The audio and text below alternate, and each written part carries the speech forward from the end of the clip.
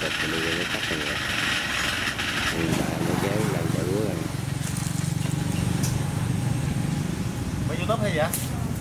Không mấy đâu. Dạ. Mày có 2 cộ thôi chứ.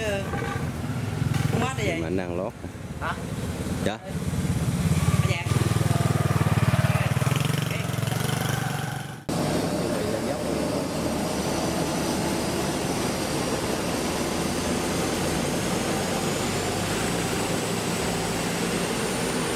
Khá là cao.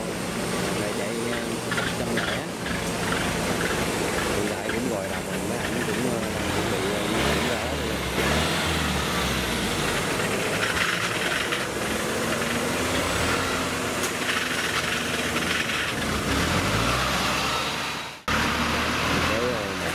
Đó là di chuyển đẳng 500 kia nữa là gọi đồng luôn.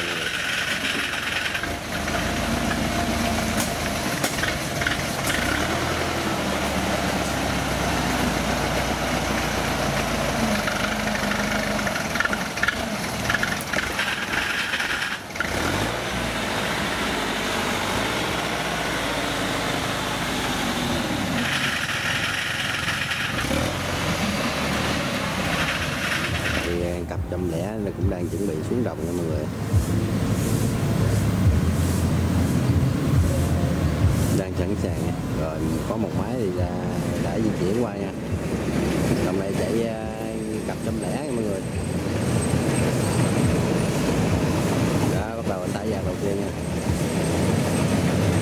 Thì một cây cũng đang đứng đợi lấy bao, còn một cây hiện tại giờ đang thả vàng.